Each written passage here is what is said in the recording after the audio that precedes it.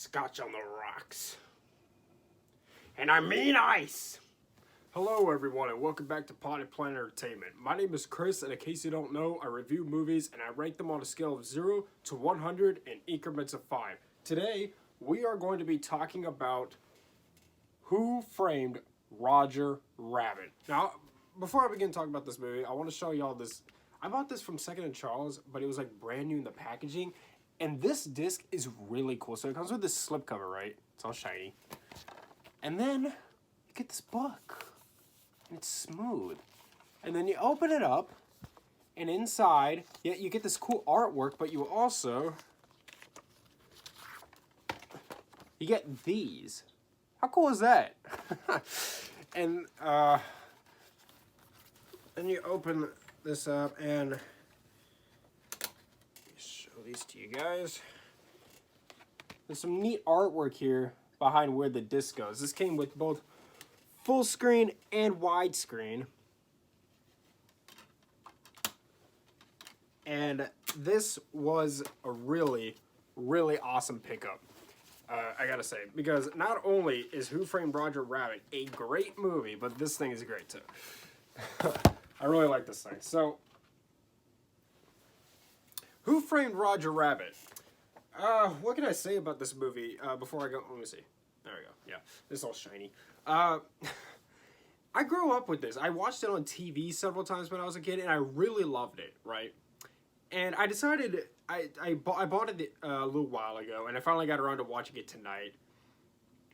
It's been a while since I've seen this. I haven't seen this since I was a kid, and I gotta say, it's a really good movie. I don't like it quite as much as I did when I was a kid. I'll admit, I think when I was a kid, I liked it more than I do now, but it is a really, really good movie.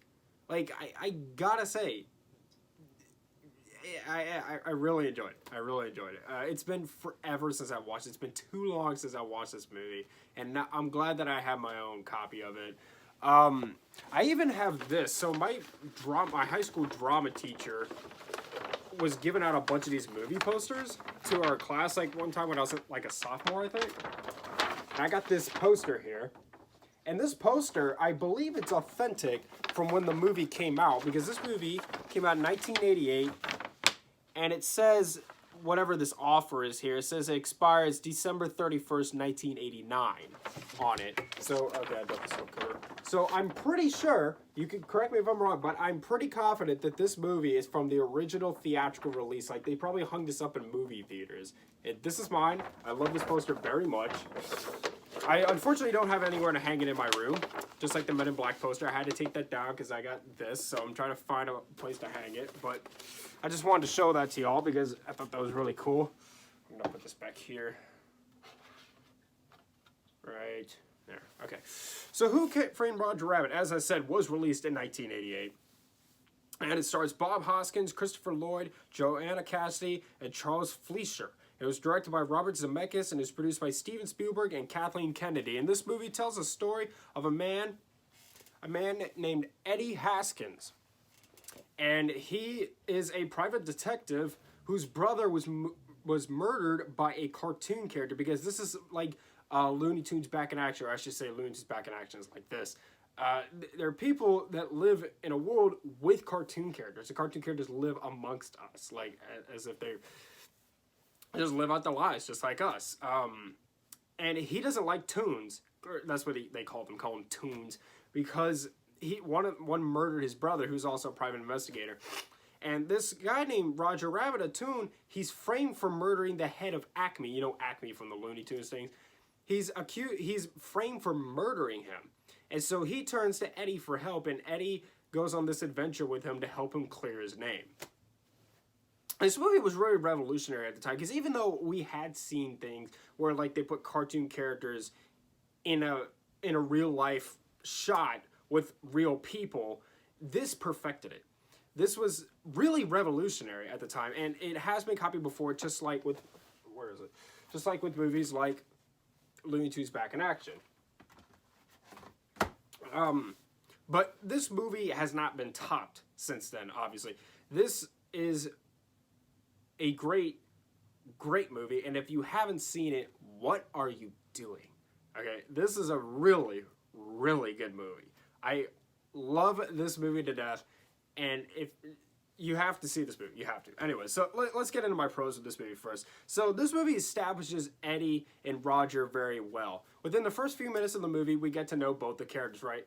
We get to know that Eddie is a private detective whose brother was murdered by a toon, and that's why he doesn't like toons, right? And we very quickly get to know that Roger is a cartoon character. He acts so they can make these cartoons for kids or whatever, and that he's on the verge of getting fired, but he likes what he does, and so it establishes our characters very, very well. The animation still holds up really well too. It's very well animated, and it still holds up very well. The cinematography is great too, and the way it moves with the cartoon characters, and it shows you here interacting with these people. The animation and the cinematography it's really great. Like, you cannot applaud them enough for how well they made this work. They really, really pulled this off, and it looks great, and it still holds up just as well now as it did back in 1980. So you really got to tip your hat to them, because they did an amazing job with it. And one of the things I loved about Looney Tunes Back in Action is that the relationships between the humans and the cartoon characters, even though they're not actually there when the actors are like talking, like they're talking to nothing or somebody in a blue suit, but it's really believable on screen. They really do a fantastic job at establishing these relationships, even though the actors aren't actually talking to anything that's there. They're probably just talking to a spacer or somebody who's in a blue suit. I really like the opening of this movie too. The opening is this hilarious cartoon of Roger Rabbit trying to save this baby from getting hurt, and then you hear someone yell "cut" and the camera moves, and you see the director come in, and who, if I'm not mistaken, I think that was Robert Zemeckis. Now that I think of it, I could be totally wrong though. Maybe it was just a guy who looked like him.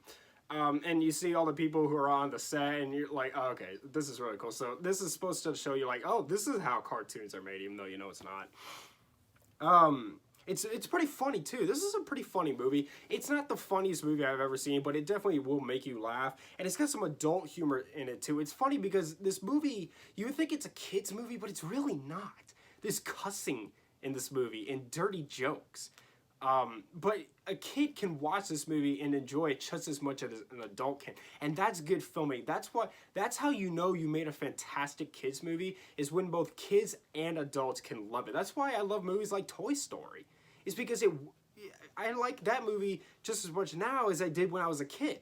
It didn't age on me. And this movie, even though, yes, there's some things in it that probably aren't appropriate for kids, a kid can still watch this, and some of the jokes might go over their heads, or they just won't overthink something. Like when Bob Hoskins, who plays Eddie, he stands up at one point because Roger's wife is this beautiful, wait a minute, is this really beautiful cartoon character. Yeah, that's his wife. The rabbit's wife. He hands up and he hits his head on her massive boobs, and it's marketed more towards adults, but kids can watch this movie and enjoy it too, and that's really good filmmaking. It's very clever too. A lot of the jokes and the dialogue in this movie it's really top-notch stuff. It's very clever. I love the dialogue in it. The music is pretty good too.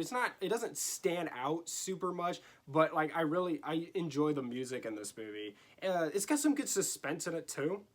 Especially at the end. The end has a lot of suspense, and it's very, very good. The whole warehouse showdown thing is very, very, very well made.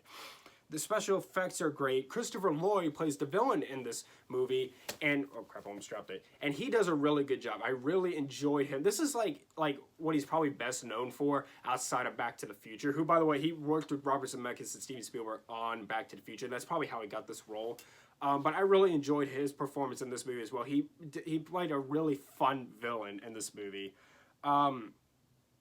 Seeing characters together from different companies is really cool, because you see cartoon characters from all sorts of different animation companies. Like, there's a scene where Daffy Duck and Donald Duck are on stage playing piano together. How cool is that? That's like one of the coolest things I've ever seen. There's another scene where when Eddie is falling off of a building in Toontown, because there's this whole town that's dedicated to cartoons, and he's falling, and then Mickey Mouse and Bugs Bunny fall down next to him, and they got parachutes, and they're like, "What's up, Doc?" "Well, hiya, sport!" How cool is it to see Bugs Bunny and Mickey Mouse in the same movie together? It's really cool. Like, it's as if Marvel and DC came together to make a movie. It's really, really cool. And like I said, this movie still holds up. It has heart, it has drama, but it doesn't get too serious. It's very entertaining. I love this movie. Now, I do actually have a few flaws with it. I wouldn't go so far as to say this is a perfect movie. So for one thing, the lighting in this movie is kind of weird because there's a lot of darkness in this movie. Like, a lot of this movie is filmed in, like, either at night or in rooms that just aren't very well lit. And one thing I will give them is that they managed to blend the cartoon characters in with the lighting very well. But it is kind of off-putting sometimes, to me at least. The movie does take a while to get the ball rolling. Like, sometimes I'm sitting there, and sometimes when I was sitting there, I was like, all right, come on, let's go, move on. You know, it does take a while to get going. The villain Christopher Lloyd's character, he unveils this whole evil master plan at the end of the movie, and it's a really weird plan. Like, even, like, I think the filmmakers might have known that, too, because they had, like, Eddie, like, acknowledge, like, what a crazy plan it is. But it's such a weird plan, and I'm just sitting there like, oh. Evil. I mean, it is evil, but it's just, like, what? If you watch the movie, because I don't want to spoil it for you, but watch the movie, and you'll see, it's a really weird plan. And also, one thing I don't understand about this movie, and this is not really a complaint, this is more of a nitpick. Why is the title a statement? Who framed Roger Rabbit? That's all there is. There's no period or question mark. It's a statement. Why is the title a statement? Shouldn't there be a question mark here? I don't know. Maybe someone can explain that to me in the comments. I don't know. I just thought that was weird how the title is, like, put as a statement rather than a question. But I really don't have much to complain about here. I really love this movie, and I'm going to give Who Framed Roger Rabbit a 95. Thank you so much for watching. Subscribe to Pod Planet Entertainment for more, and hit the like button. Leave movie review suggestions down in the comments down below. Follow me on Instagram at Pod Planet Entertainment for channel updates, and much love.